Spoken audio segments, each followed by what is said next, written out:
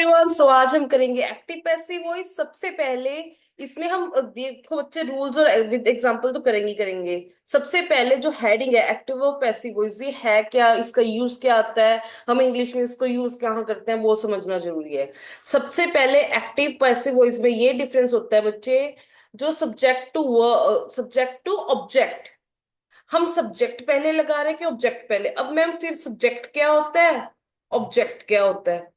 बच्चे, एक लाइन में जब एक सेंटेंस बनता है ना,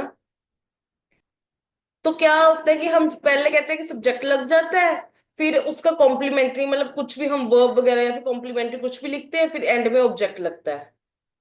सपोज करो मैं लिखूं, she is cooking, she is cooking food. तो सब्जेक्ट जो कर रहा है, ऑब्जेक्ट वो क्या कर रहा है, कुकिंग फूड। तो ये होता है डिफरेंस। अब एक्टिव पैसिव वॉइस में क्या होता है, एक्टिव वॉइस में क्या होता है, सब्जेक्ट जो करता है, जो डूअर है, वो हमेशा आगे लगता है, ऑब्जेक्ट पीछे। ये नॉर्मल लाइंस होगी। पैसिव वॉइस में क्या होता है कि ऑब्जेक्ट हम आगे लिख देते होते हैं और सब्जेक्ट हम पीछे कर देते हैं। तो मैम ये किस किस केस में करेंगे, ये लोड ही क्यों है पैसिव वॉइस की कि हम ऑब्जेक्ट को आगे क्यों कर रहे हैं। बच्चे, ये कुछ कंडीशंस होती हैं। सबसे पहली है जब मेरे को यही नहीं पता करने वाला कौन है, सब्जेक्ट कौन है, यही नहीं पता, डूअर मेरे को नहीं पता, ये अननोन है। दूसरी कंडीशन क्या है कि अब मेरे को मतलब अब मेरा बहुत ज्यादा ध्यान एक्शन पे है अदर देन कि कौन कर रहा है। जैसे कि a new planet was discovered, एक नया प्लेनेट डिस्कवर हुआ। तो अब मेरे को ये नहीं मतलब किसने की है, अब मेरे को यहाँ पे ज्यादा जरूरी है कि ऑब्जेक्ट क्या हुआ है। तो उस केस में भी मेरे को इसको पैसिव में कन्वर्ट करना पड़ा। फर्स्ट, कोई मेरे को सब्जेक्ट जो है अननोन है, जो कर रहा है मेरे को उसके बारे में ही नहीं पता। सेकंड, मेरे को मतलब ही नहीं है क्या कर रहा है, उससे मतलब है। तीसरा, जब हमने बच्चे एकेडमिक राइटिंग करनी होती है, या फिर हम कह सकते हैं फॉर्मल राइटिंग, आप अपने टीचर्स को कुछ कहना चाह रहे हो या फिर अपने से बड़े को कुछ कहना चाह रहे हो, तो तब हम पैसिव वॉइस यूज करते हैं। फॉर एग्जाम्पल, जैसे मैं कह दूं, एन एक्सपेरिमेंट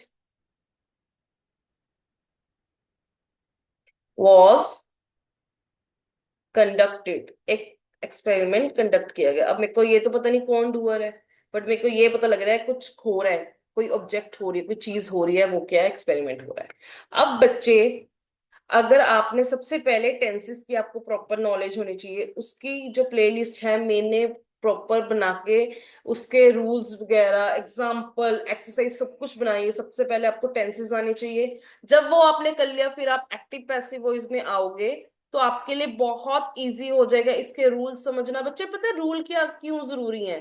जब आप रूल समझ लोगे ना, तो आपको लाइन की फॉर्मेशन समझ आएगी कि वो सेंटेंस बना तो बना कैसे, वो वैसे क्यों हमने लिखा है।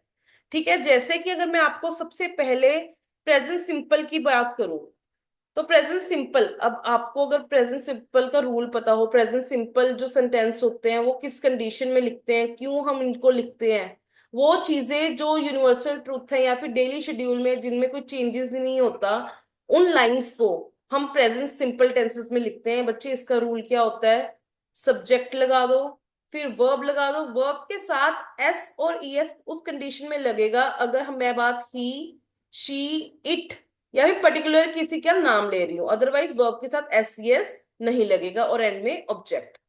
और मैंने अभी रूल समझाया था आपको कि एक्टिव वॉइस में सब्जेक्ट आगे लगता है। तो ये क्या है, एक्टिव वॉइस का फ्रेम है, हमारे रूल है कैसे यूज करना है। वही अब वर्ब की फर्स्ट फॉर्म लगेगी, ये याद रखना। पैसिव वॉइस में मैंने पहले ही मेंशन किया कि जो ऑब्जेक्ट है वो आगे लगता है और सब्जेक्ट पीछे लगता है। बच्चे, ऑब्जेक्ट आगे लग गया, सब्जेक्ट पीछे लग गया। इसमें क्या होता है ना बच्चे, जो ये वर्ब है इनमें चेंजेस आते हैं। जैसे कि अगर मैंने इसको पैसिव फॉर्म में चेंज करना है, तो मेरे को इस एम आर भी ऐड करना पड़ेगा ऑब्जेक्ट के बाद।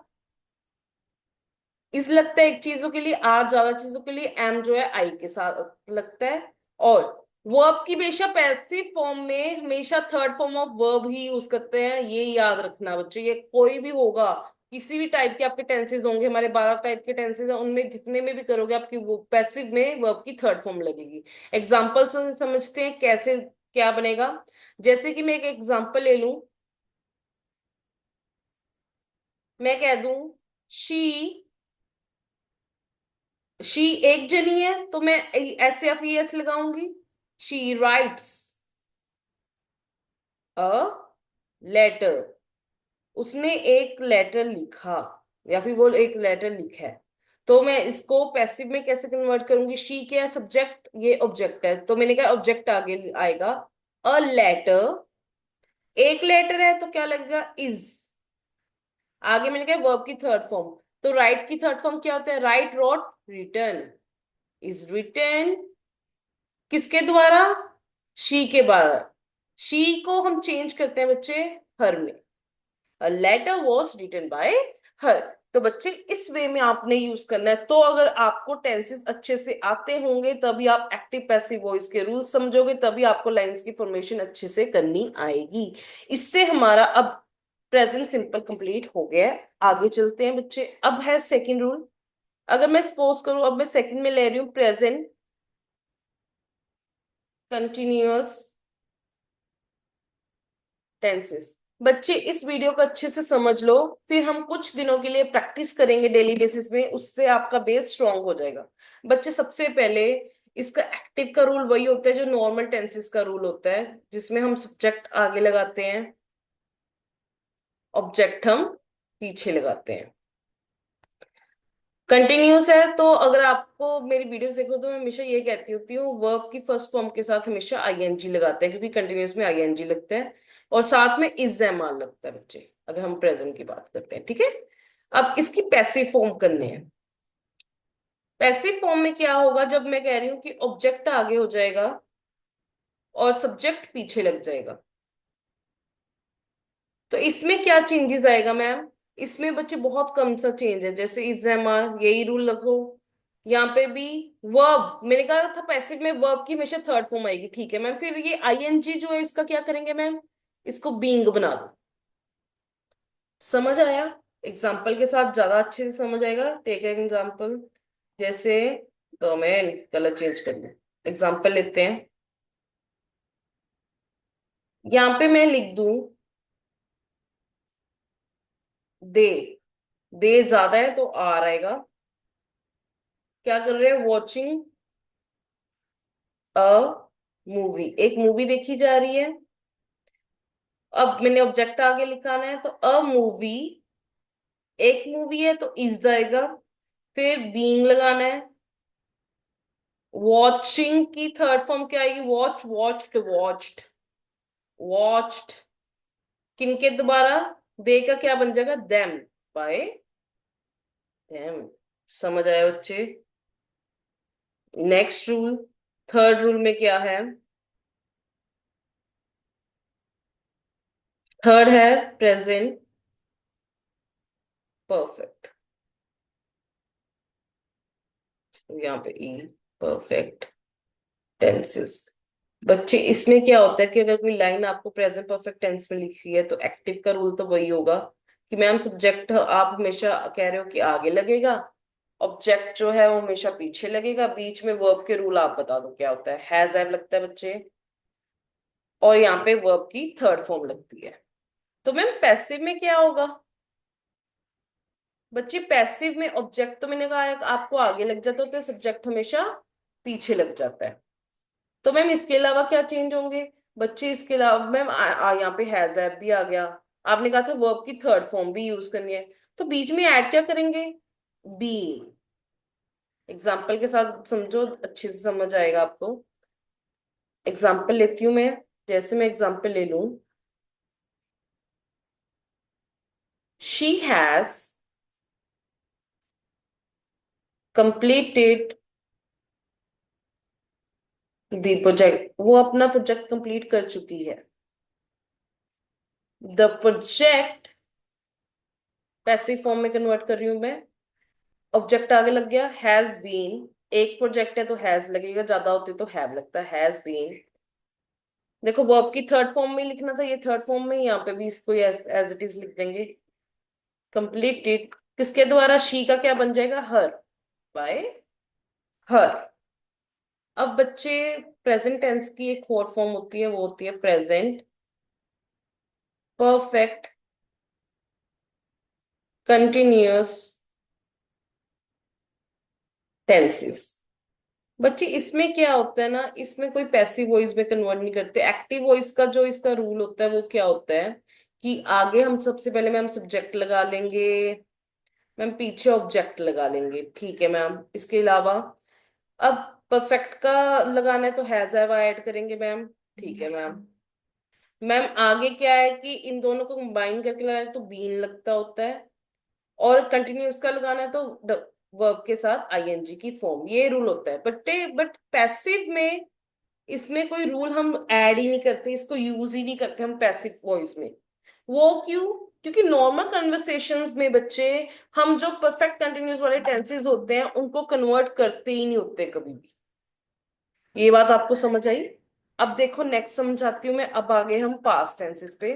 पास्ट टेंसेस की बात करूं तो सबसे पहले है पास्ट सिंपल। पास्ट सिंपल का रूल क्या होता है कि सब्जेक्ट लगता है, सब्जेक्ट के साथ वर्ब की सेकंड फॉर्म आती है, प्लस ऑब्जेक्ट लगता है। ये हमारा क्या है, एक्टिव का रूल। यही मैं अब इसका पैसिव का रूल देखूं तो मैम आपने अभी समझाया था कि ऑब्जेक्ट हमेशा आगे लगेगा, फिर सब्जेक्ट हमेशा पीछे लगेगा, और मैम जो ये बीच में है फिर इसका क्या करेंगे, मैंने कहा वर्ब की थर्ड फॉर्म तो लगनी लगनी है, तो एडिशनली क्या ऐड करेंगे मैम, वॉज या फिर वर। वॉज एक चीजों के लिए, वर है मतलब ज्यादा चीजों के लिए। एग्जाम्पल के साथ समझाती हूँ, अच्छे से समझ आएगा। एग्जाम्पल लेते हैं, जैसे मैं एग्जाम्पल ले लूं, एग्जाम्पल लेते हैं, he wrote a novel. A novel was written by him.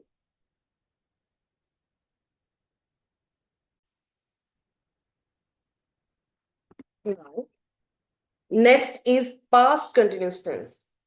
So, for past continuous tense, सबसे पहले ये past simple थे। past continuous का बच्चे रूल क्या होता है? वही बात है ना, अगर आपको रूल पता हो तो आपको सेंटेंस की फॉर्मेशन आ जाती है। देखो, एक्टिव वॉइस जो एज इट इज इसका रूल है वही आएगा मैम। सब्जेक्ट लगेगा, वॉज वर्ड लगेगा, वॉज एक चीजों के लिए, वर्ड ज्यादा के लिए, वर्ब के साथ आईएनजी की फॉर्म, और एंड में ऑब्जेक्ट लग जाएगा। Got it ma'am? तो मैम पैसिव में क्या चेंज आएगा? बच्चे पैसिव में क्या करो, ऑब्जेक्ट आगे लगा लो, सब्जेक्ट पीछे लगा लो, ठीक है मैम। इसके अलावा क्या कर सकते हैं मैम? मैम सारा रूल आप सेम लिखो, वर्ब की थर्ड फॉर्म यहाँ पे, बस यहाँ पे बीइंग आना चाहिए आपका, मतलब यहाँ पे क्या लगाओगे, बीइंग। अगर आपको याद हो तो हम प्रेजेंट वाले में भी यही करके आए हैं, इज एम आर सब कुछ वही लिखना, बस बीच में बीइंग। और वो पास्ट वाले में है तो वॉज वर्ब के बाद बीइंग लगा देना है। बच्चे थोड़ा सा माइनर सा ही डिफरेंस है, ज्यादा डिफरेंस नहीं है इनके रूल्स में। अब इसके एक एक एग्जाम्पल लेते हैं। जैसे मैं एग्जाम्पल ले लूं, मैं कहूं देवर पेंटिंग दी हाउस, वो घर पे पेंट कर रहे थे। द हाउस ऑब्जेक्ट आगे आ गया मैम, फिर वॉज वर्ड लगाना था तो घर एक है तो वॉज आएगा, बीइंग लगाना है मैम, ठीक है। पेंट की थर्ड फॉर्म पेंटेड आएगा मैम, ठीक है, मान लिया हमने।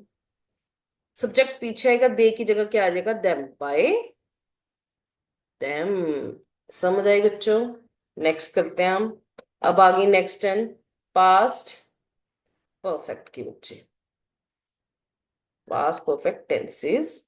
तो बच्चे सबसे पहले एक्टिव वॉइस में क्या होता है, सब्जेक्ट लगाएंगे, फिर हैड आएगा, फिर वर्ब की थर्ड फॉर्म आएगी, फिर ऑब्जेक्ट आएगा। बच्चे आप कह रहे हो कि मैम इतने रूल कैसे लर्न करेंगे?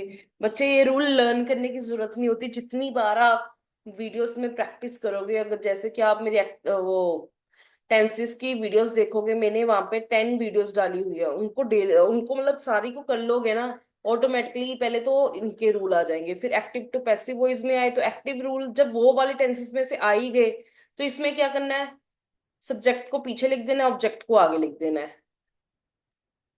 और बिल्कुल माइनर चेंज कर रही हूँ, मैंने कहा सारा सेंटेंस एज इट इज लिख देना है, हैड आगे पीछे वर्ब की थर्ड फॉर्म, बस बीच में बीन लगा देना है। एग्जाम्पल से समझो, जैसे मैं एग्जाम्पल ले लूं,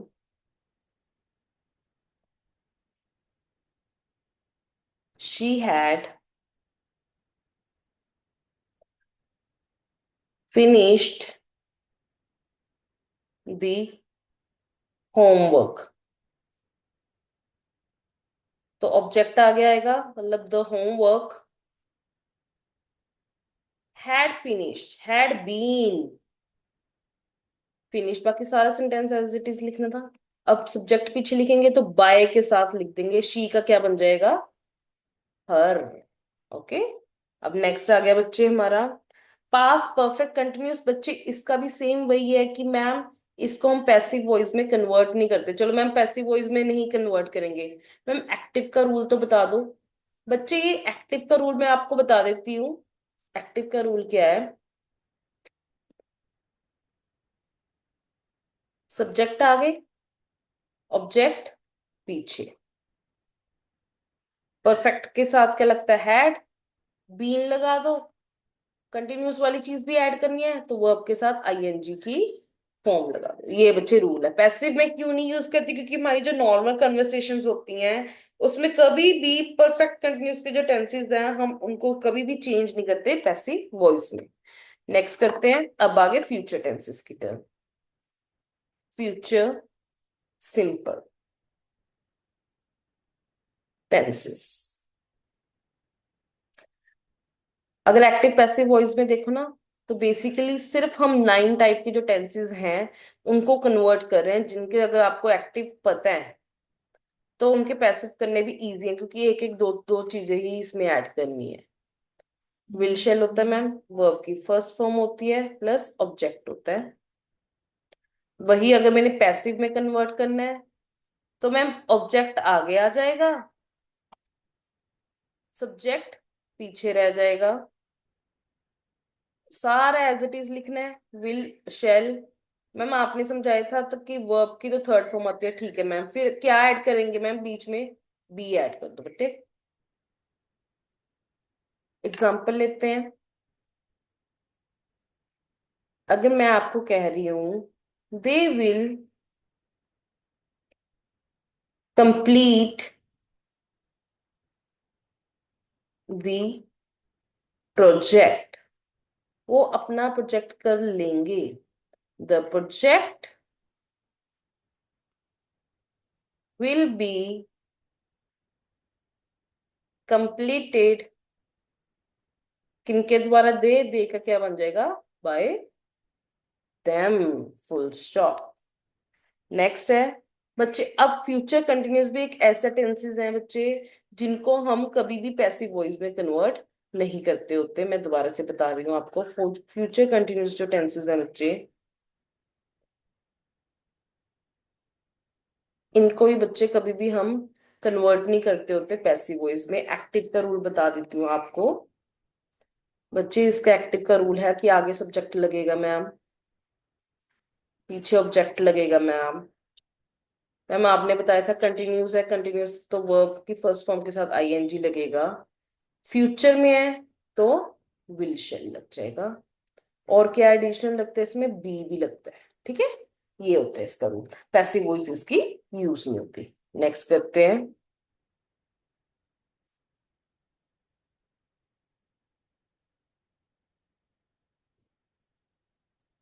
फ्यूचर परफेक्ट का। फ्यूचर परफेक्ट टेंसेस, तो बच्चे इसका एक्टिव का रूल क्या होगा, मैम ये तो अब हमें रट ही गया कि आगे सब्जेक्ट लगता है पीछे ऑब्जेक्ट लगता है। मैम फ्यूचर में बात हो रही है तो विल शैल आएगा।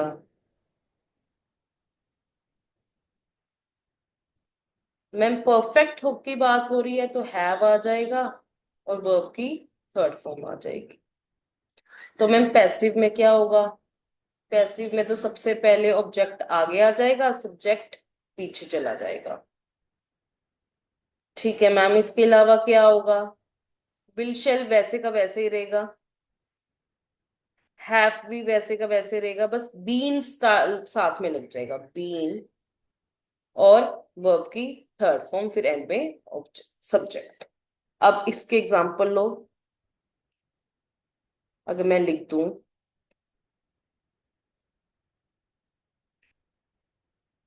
She will have written the book, वो बुक वो बुक लिख चुकी होगी। द बुक पैसिव में कन्वर्ट कर रही हूं मैं, the book will have been आ जाना है बस। यहाँ पे सारा एज इट इज लिख के बस यहाँ पे बीन लगा देंगे पैसिव में। बीन रिटन, किसके द्वारा? बाय हर। अब बच्चे जो फ्यूचर परफेक्ट कंटिन्यूस का है, उसको भी बच्चे कभी भी हम कन्वर्ट नहीं करते होते पैसिव वॉइस में। तो आप बेसिकली समझ रहे हो, चाहे प्रेजेंट क्या है, चाहे पास्ट क्या है, चाहे फ्यूचर परफेक्ट कंटिन्यूस टेंसेस है, कभी भी हम बच्चे इनको ना कभी भी कन्वर्ट नहीं करते होते perfect continue sorry passive voice में। रीजन वाइल क्या है, टाइम फ्रेम में होने वाली चीज है, कुछ टाइम पीछे से चलती हुई आगे तक चल रही है, इनको कभी भी हम पैसिव में कन्वर्ट कर ही नहीं सकते बच्चे, एज इट इज। अब इसका एक्टिव का रूल बता देती हूँ आपको। सब्जेक्ट आगे लगेगा, ऑब्जेक्ट पीछे लगेगा। फ्यूचर में बात हो रही है तो विल शैल तो आएगा ही आएगा। परफेक्ट का हैव लग जाएगा। कंटिन्यूअस का वर्ब की फर्स्ट के फॉर्म के साथ आईएनजी लग जाएगी, बस साथ में बीइंग लग जाता है। ये इसका रूल है। समझ आया? That's all for today. यही है हमारे एक्टिव पैसिव वॉइस। बच्चे इनके रूल विद एग्जांपल अच्छे से समझ लो, कल से हम इसकी शुरू कर देंगे एक्सरसाइज की practice. Thank you for watching. If you have any doubt, you can contact with me. Basically बच्चे 8 टाइप के ही एक्टिव पैसिव वॉइस की कन्वर्जंस हैं, 8 ही रूल हैं, उनको ध्यान से पढ़ लो, और आपका ये सारा का सारा क्लियर आउट हो जाएगा। जब आप कोई लाइक वो लेटर्स वगैरह लिखते हो स्कूल की, या फिर कोई स्कूल में अनाउंसमेंट्स वगैरह करते हो बच्चे, वो या फिर कोई बात हुई है उनके बारे में प्रॉपरली डिटेल देते हो बच्चे, उसमें ये सारे एक्टिव पैसिव वॉइस काम आते हैं। Thank you for watching. If you have any doubt let me know.